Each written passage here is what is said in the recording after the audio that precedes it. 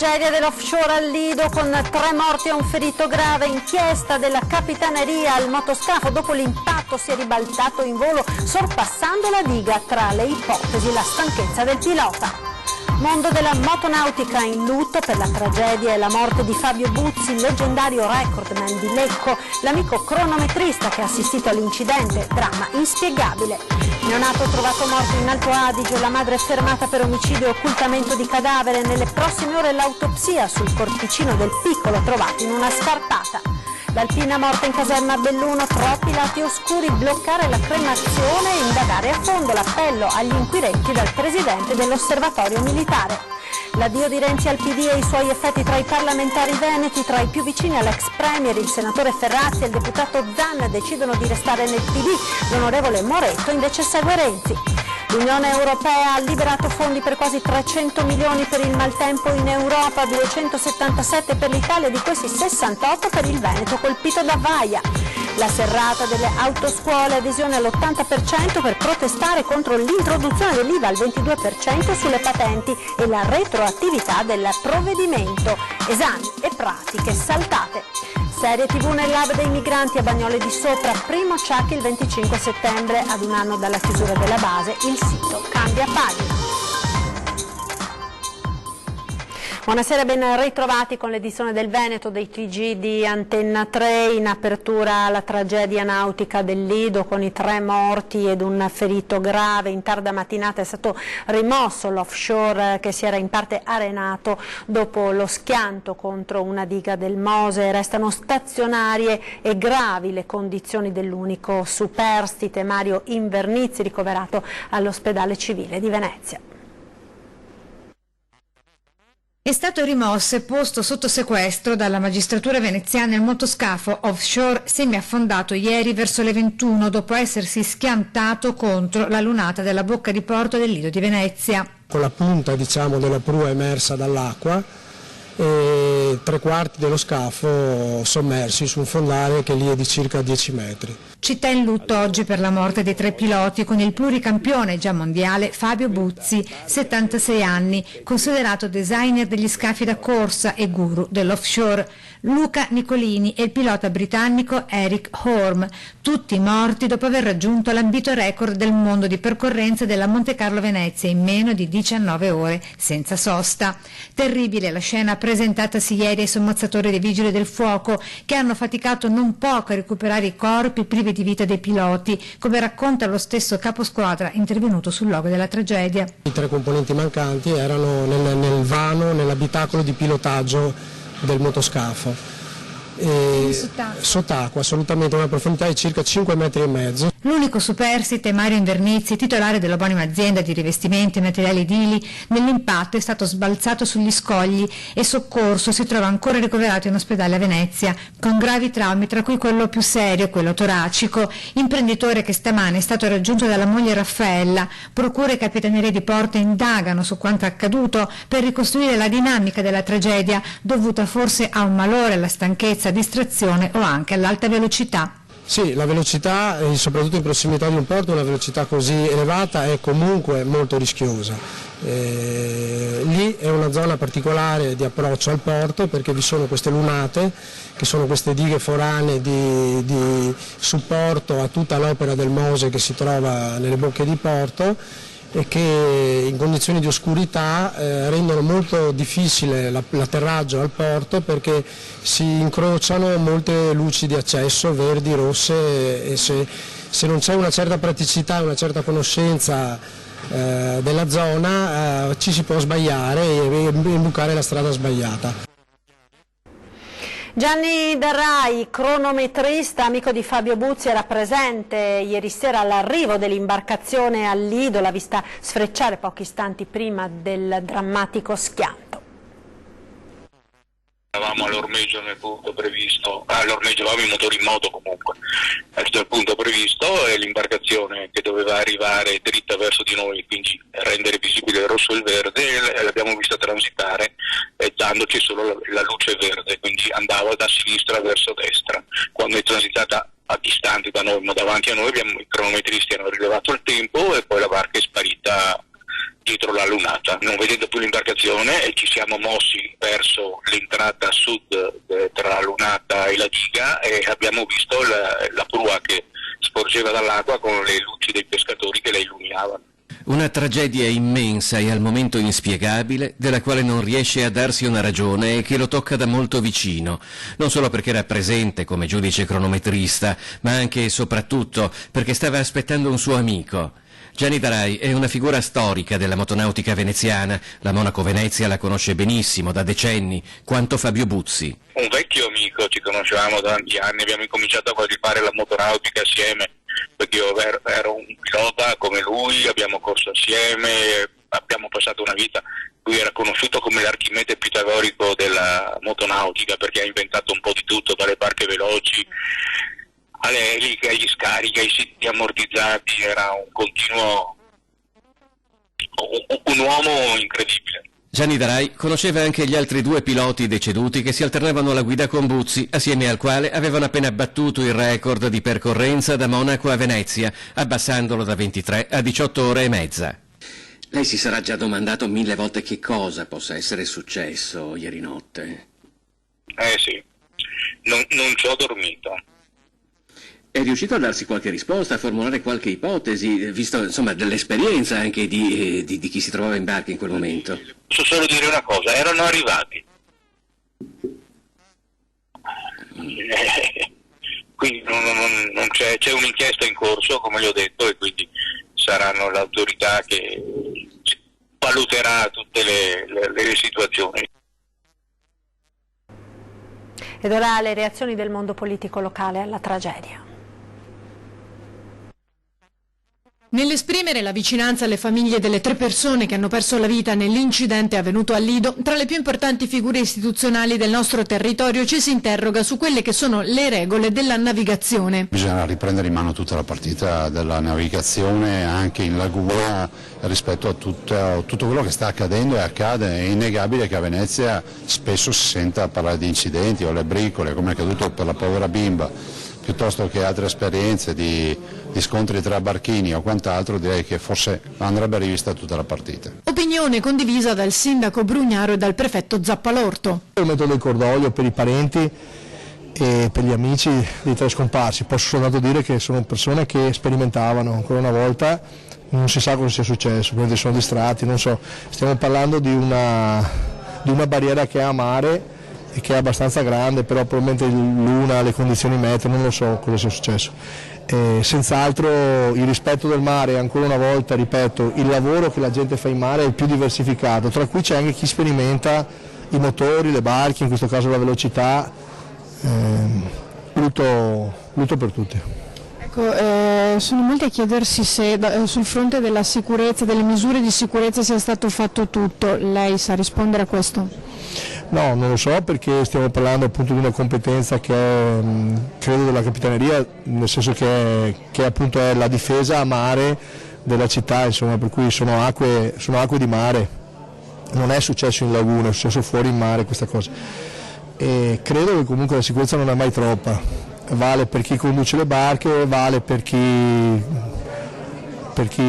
costruisce le varie attività, nel caso specifico la lunata. Io penso che ci sia forse un errore umano, insomma, quasi sicuramente. In generale il discorso è quello della sicurezza che non è mai abbastanza, per la quale non vengono mai prese tutte le precauzioni del caso. Qui siamo di fronte a una gara di livello internazionale, credo, perché così mi è stato detto, ma non ho capito e non comprendo che cosa sia potuto succedere, come abbiano potuto andare addosso alla lunata di San Nicoletto. È una cosa... È una barriera recente? No, è una barriera che è segnalata da tutte le carte nautiche da anni, per cui dovevano sapere che lì c'era un ostacolo, ecco.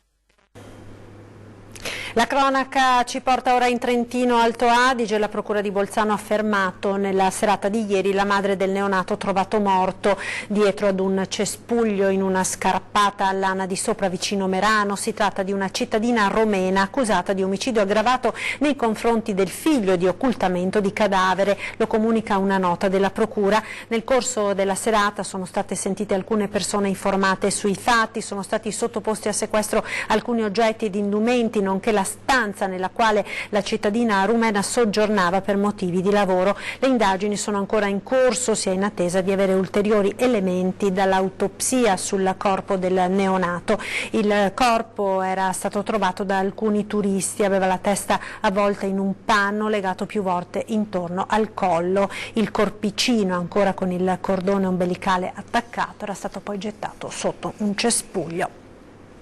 Ci sono troppi lati oscuri sul caso dell'alpina trentenne originaria di Verona trovata morta domenica scorsa nella caserma Salsa di Belluno. Si è parlato di suicidio e c'è da spiegare come mai la donna si trovasse in caserma dopo che a luglio era stata dichiarata temporaneamente non idonea al servizio. Occorre dunque bloccare la cremazione del corpo ed indagare a fondo, lo chiede Domenico Leggero dell'Osservatorio Militare. Qualcuno, spiega Leggero, ha detto che si è suicidata, si è parlato anche di un biglietto che la soldatessa avrebbe scritto, ma l'unica certezza è che lei non poteva essere dove era perché la commissione medica ospedaliero di Padova l'aveva dichiarata 2 mesi fa temporaneamente non idonea per depressione e aveva proposto che venisse sottoposta ad un TSO. La donna l'aveva evitato optando per il ricovero di 1 settimana in ospedale per accertamenti. Qualcuno deve spiegare perché con questo quadro clinico la militare si trovasse in caserma domenica scorsa. Ed ora la bozza dell'intesa sulla autonomia del Veneto è pronta per la firma del ministro Boccia già da lunedì, quando il neotitolare del Dicastero alle autonomie regionali sarà a Venezia. Così il presidente Zaia. Sentiamo. Il governo è cambiato, la volontà di autonomia del Veneto no. Il progetto suggellato dal referendum del 22 ottobre 2017 continua, salvando il lavoro svolto finora e iniziando il dialogo con un nuovo interlocutore. La prossima settimana il neoministro per gli affari regionali Francesco Boccia sarà qui a ricevere dal governatore Zaia la bozza d'intesa. Abbiamo fatto tutti i lavori che dovevamo fare, i compiti per casa. Come dico io, il ministro Stefani ha fatto un lavoro strepitoso, adesso noi consegniamo al ministro Boccia non solo un resoconto di tutte le attività in maniera tale che non ci siano dubbi o dichiarazioni poi distorte a livello nazionale sul fatto che si è fatto o non si è fatto, cioè sono date, orari e riunioni fatte, elaborati prodotti, e dall'altro consegneremo anche ufficialmente al Ministro ovviamente la bozza d'intesa che noi siamo disposti a firmare già lunedì se volesse firmarla. C'è poi già un dato politico assodato che Zaia sottolinea con forza. Fino a pochi anni fa l'autonomia appariva una chimera, oggi è tra i temi in cima all'agenda politica nazionale. Prima del 22 ottobre 2017 dicevano che fare il referendum sarebbe stata un'utopia, l'autonomia era utopia, il risultato qual è? Oggi che noi parliamo di autonomia, che il governo parla di autonomia e che comunque l'agenda del governo e tutti gli angoli del paese parlano del progetto di autonomia. Questi non lo vorranno fare, si metteranno di traverso, arriverà qualcuno che prima o poi la farà, perché va a finire così, vedrete, ai posteri l'ardua sentenza, diceva Manzoni nel 5 maggio, sarà così. Intanto nel terzo incontro per le Olimpiadi Cortina-Milano 2026 che si è tenuto nel capoluogo lombardo non è uscito il nome del CEO che guiderà il comitato organizzatore dei giochi, se ne ridiscuterà al prossimo tavolo olimpico previsto alle Fiere di Verona il 7 ottobre. Per i giochi invernali si attende poi anche l'arrivo di una legge ad hoc dal Parlamento. Sì, la legge olimpica è proprio obbligatoria, deve esserci una legge approvata dal Parlamento che sancisce un po' le regole e le modalità di gestione di tutta la partita olimpica. La politica, Renzi e il nuovo partito, Italia Viva, per ora ruola in Veneto solo la deputata di Portogruaro, Sara Moretto. Italia Viva di Matteo Renzi arruola tra gli eletti in Veneto la deputata Sara Moretto che lascia il PD per seguire l'ex premier. Il Partito Democratico sta facendo un lavoro legittimo sotto la guida di un segretario democraticamente eletto che ha scelto una strada di allargamento verso una certa parte di elettorato che è assolutamente necessaria, ma che credo debba essere integrata anche con una visione più liberale che guarda verso anche gli elettori moderati. Credo quindi che in questo contesto il progetto Italia Viva sia un'aggiunta, un di più che va a completare questo lavoro. Dopo Lucia Annibali, pesarese ma eletta nella circoscrizione Veneto 2, è la deputata di Portogruaro, l'unica veneta ad abbracciare il nuovo progetto politico creato da Renzi. Il senatore veneziano Andrea Ferrazzi, dato per vicino all'ex segretario, oggi ha comunicato con una nota che resterà nel Partito Democratico, decisione presa dopo essersi confrontato con chi sul territorio l'ha sostenuto. Resterò con convinzione nel PD che ho contribuito a fondare, scrive Ferrazzi, casa comune dei diversi riformismi e delle diverse culture politiche che credono nell'Europa unita e federale, nel patto atlantico, nella difesa e nella promozione della democrazia liberale, nel sostegno a chi rimane indietro, nella lotta contro le ingiustizie e nella solidarietà nei confronti di chi più soffre. Resta nel PD anche il deputato padovano Alessandro Zan. Si deve fare una sintesi per dare una risposta agli italiani che aspettano appunto la riduzione del cuneo fiscale, la riduzione delle tasse, una politica green, gli investimenti sulle imprese, c'è tanto lavoro da fare, dunque questa operazione che è di formazione di gruppi parlamentari diversi dal PD secondo me non ha senso e nemmeno mi entusiasma, per cui io rimango convintamente nel Partito Democratico perché penso che questa sia la scelta migliore per dare delle risposte ai bisogni delle persone, ai bisogni del Paese. Nel prossimo servizio sentiamo cosa pensano i cittadini della scelta di Matteo Renzi di lasciare il PD. Come l'hai vista questa mossa? Prevedibile, da tempo, prevedibilissima. Ma secondo lei ha fatto bene o ha fatto male? Io sono di un'altra parrocchia. Non doveva manco nascere questo governo? Direi di sì. Male. Perché la vede male? Perché l'ha fatto soltanto per mettersi in evidenza, per condizionare il governo. Nonostante lui l'abbia promosso in un certo qual modo, il governo ha voluto lui facendo cambiare il parere a Zingaretti, però adesso secondo me poi vuole tenere il controllo e sotto tiro il governo. Io non penso bene, nel senso che penso che sia solo un discorso di grande ambizione di voler essere sempre primeggiare nella politica. È meglio che stesse dov'era? Non lo so, però penso che la motivazione sia più personale che non per il paese. Quel poco che so che Renzi aveva detto che avrebbe smesso di fare politica dopo il referendum e non l'ha mai fatto, quindi non so, vedo che è un po' un voltabandiera, diciamo. Poca coerenza. Esatto, poca coerenza, esattamente. Questo non lo so se è fatto bene o se è fatto male, però insomma lo trovo un po' così, un po' ridicolo. E diceva nauseato da che cosa? Dalla politica, in generale, è un po' nauseato, perché mi pare che ci sia, ho la netta impressione che gli interessi personali siano molto più importanti degli interessi della popolazione, della collettività. Almeno personalmente mi sento costretto in un angolo a scegliere il meno peggio. Pubblicità, ora subito dopo parleremo dei fondi arrivati dall'Europa per la tempesta Vaia. Sentiamo.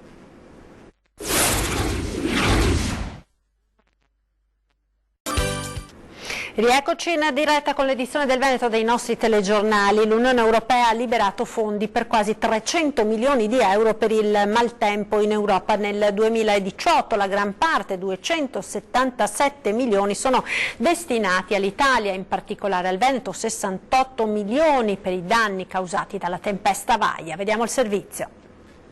Il Fondo di solidarietà europeo è uno degli strumenti che funzionano piuttosto bene nell'Unione e ha reso disponibili 277 milioni di euro per i danni causati dal maltempo alla fine del 2018 nelle regioni Veneto, Friuli Venezia Giulia, Trentino Alto Adige ed Emilia Romagna. La gran parte dei fondi però sarà indirizzata al Veneto per le devastazioni subite dalla tempesta Vaia, in particolare nel Bellunese e sull'altopiano d'Asiago.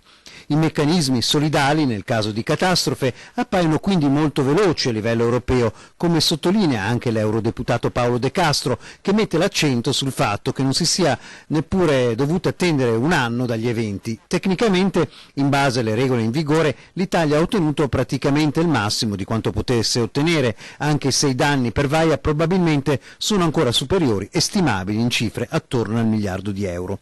Visto che i fondi sono in arrivo, importante che a questo punto non sia la burocrazia italiana a rallentare il processo di distribuzione e di messa in opera dei risarcimenti e dei progetti a questi collegati. L'ambito di applicazione riguarda infatti i danni subiti dal patrimonio forestale, ma anche dalle infrastrutture viabilistiche, dagli edifici rurali e in particolare alla rete distributiva dell'energia che subì duri colpi dalla tempesta. E a proposito di maltempo, si segnalano oggi pomeriggio interventi da parte dei vigili del fuoco soprattutto nel Padovano, nella zona sud-occidentale della provincia, soprattutto per prosciugamenti di scantinati che si sono allagati, in particolare nell'area di Casale di Scodosia e di Montagnana. Ed ora parliamo della serrata delle autoscuole, alta l'adesione anche in Veneto, in particolare in provincia di Treviso, con 8 autoscuole su 10 che sono rimaste chiuse. Chiuso, chiuso e chiuso. È l'effetto della serrata nazionale delle autoscuole che protestano così contro l'introduzione dell'IVA al 22% sulle patenti. La decisione dell'Agenzia delle Entrate, in vigore dal 3 settembre, è il risultato di una sentenza della Corte di Giustizia europea, secondo la quale le autoscuole non sono equiparabili a scuole, università e altri enti di formazione e pertanto non possono beneficiare dell'esenzione IVA.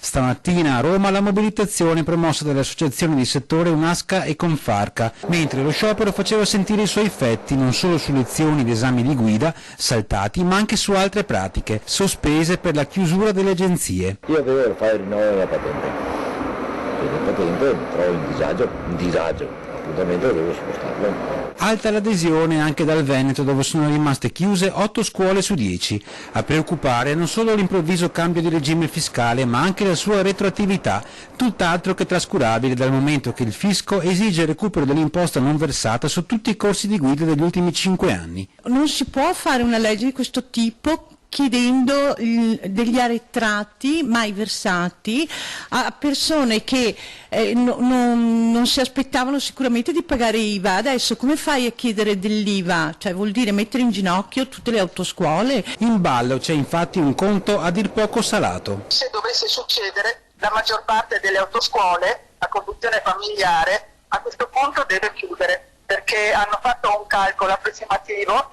di circa un 500 milioni di euro. Un conto è l'applicazione dell'IVA e dell'aliquota più giusta. La vera battaglia invece è la cancellazione della retroattività, altrimenti si va in piazza. L'unica cosa intanto è la cancellazione della retroattività. Poi per quanto riguarda l'IVA e l'aliquota, quello poi eventualmente staremo a vedere. Dobbiamo fare in modo che la legge finanziaria, che lo stanno scrivendo in questi giorni, ci dia un po' di diretta, altrimenti andiamo in piazza. A farne le spese, avvertono, sarà anche la sicurezza stradale, dal momento che i rincari dei corsi si tradurranno in una diminuzione delle ore di guida. Una scuola a metà, come denunciato dalle auto che nonostante lo sciopero si sono viste in giro, con una croce eloquente.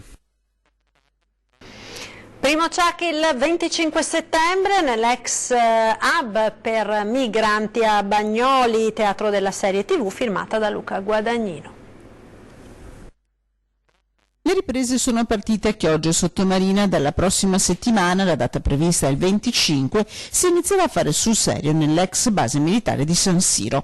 A un anno dalla chiusura definitiva dell'hub, che per 3 anni ospitò i migranti in arrivo da Lampedusa, si volta a pagina.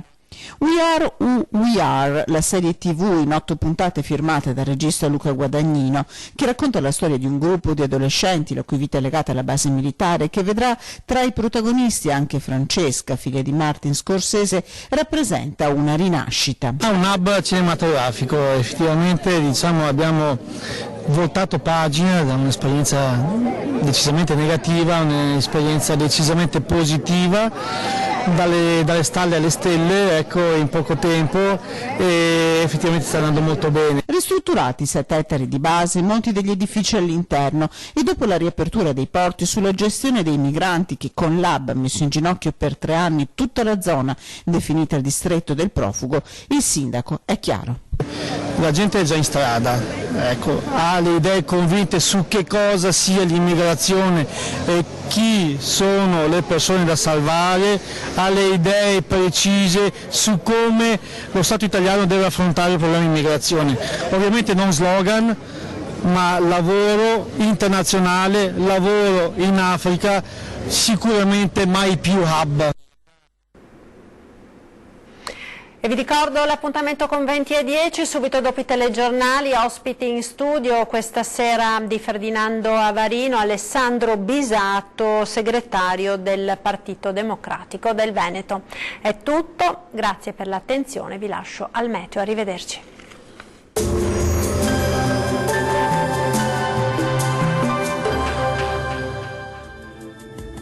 Bentrovati al meteo. Tempo via via più stabile e anche soleggiato sul nostro territorio, ma vediamo il dettaglio di giovedì 19 settembre. Sul Veneto al mattino il cielo risulterà molto nuvoloso o coperto, ma in genere senza precipitazioni. Sarà più soleggiato invece a partire dal pomeriggio. Temperature stazionarie minime tra 13 e 17 gradi, massime comprese invece tra 20 e 23 gradi. Situazione simile sul Friuli Venezia Giulia, con molte nubi nella prima parte della giornata, ampio soleggiamento invece durante le ore pomeridiane. Anche in questo caso le temperature saranno invariate, minime tra 13 e 17 gradi, massime tra 22 e 23 gradi. E il tempo si mantiene buono anche sul Trentino Alto Adige, ma anche in questo caso sarà molto nuvoloso al mattino, poi ampie schiarite soleggiate. Temperature minime tra 15 e 16 gradi, massime tra 22 e 24 gradi. Bene, dal meteo di Antenna 3 per ora è tutto. Arrivederci.